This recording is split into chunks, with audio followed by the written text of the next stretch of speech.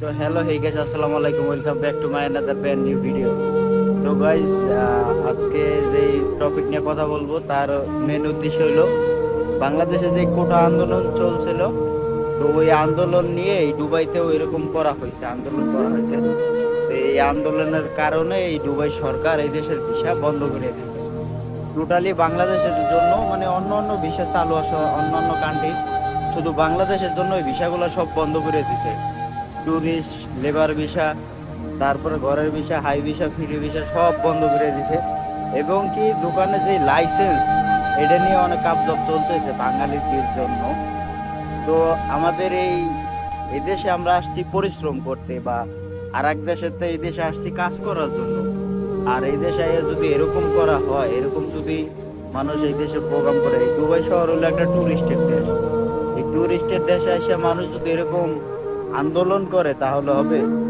এই জায়গায় মনে করেন এই দুবাইতে এই আন্দোলনের পর কম হইলেও 100 মানুষ ধরা হয়েছে অলরেডি।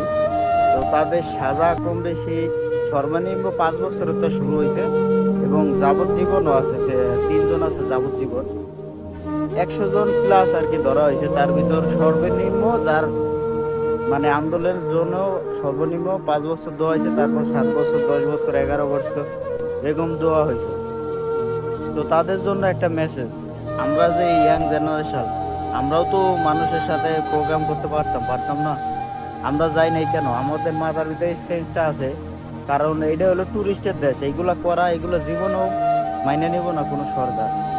কারণ এই দেশে হাজার হাজার বাহিরের তো মানুষ আসে ট্যুরিস্টে, মানে ঘুরতে জন্য। তো এই কারণে এইগুলো দেখলে যদি এই আন্দোলন দেয়, এই হানাহানি খানাখানি দেয়, নেক্সট টাইম তারা আর আসবে না। এই কারণে এই বাংলাদেশের জন্য টোটালি বন্ধ করে দিয়েছে ভিসা। তারা বলছে আর ভিসা দিব না বাঙালির জন্য বা অন্য অন্য কান্ট্রি যেগুলো আছে।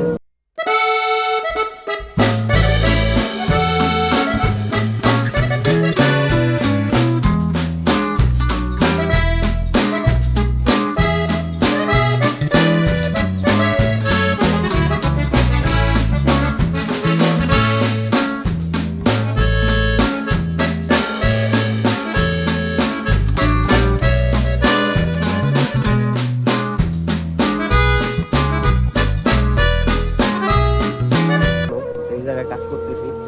তারপরে তো এখন আমি কনফিউশনে আছি, কারণ এই রায় দেওয়ার পরে এখন আমার ভিসা লাগবে কি লাগবে না তার কোনো গ্যারান্টি নাই। তো এটাই আর কি, যারা আন্দোলন করছে তারা তো তাদের নিজের কপাল পুরাইছে, আর যারা এই দেশে বর্তমান আছে তাদেরও কপাল পুরাই ছাড়ছে। তো যারা আন্দোলনটা করছে তাদেরকে বলতেছি, ভাই আপনারা কাজটা ঠিক করেন নাই, আপনাদের কারণে হাজার হাজার মানুষ এখন মনে করেন অবস্থা টাইটানিক হয়ে গেছে গা। চলুন আপনাদের একটা ভিডিও দেখাই, ভিডিওতে দেখলে বুঝবেন আর কি কতজনের কত শাস্তি দিছে, তারপর কতজনের যাবজ্জীবন শাস্তি দিছে। দুবাই সরকার কিল্লিকে ঘোষণা দিল দুবাইয়ের ভিসা বন্ধ করছে। তো এই টপিকে একটা ভিডিও দেখাই, আপনারা দেখলে বুঝবেন।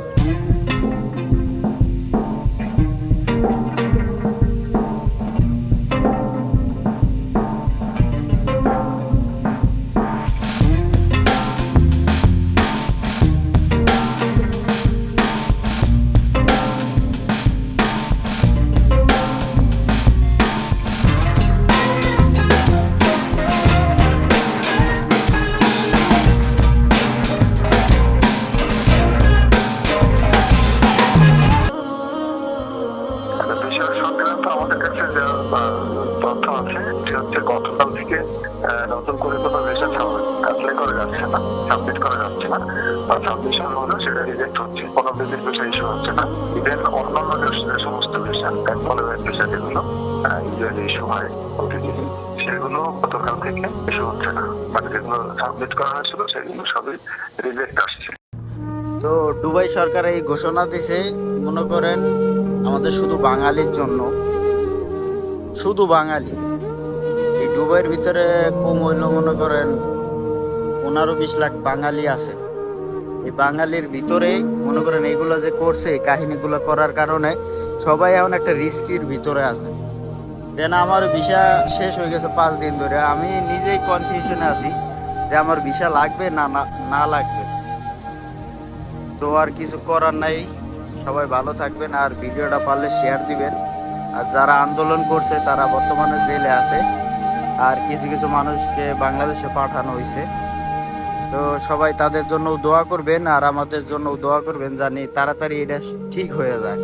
তো দেখা হবে নেক্সট কোনো ভিডিওতে। সবাই ভালো থাকবেন, ইনশাল্লাহ, বাই।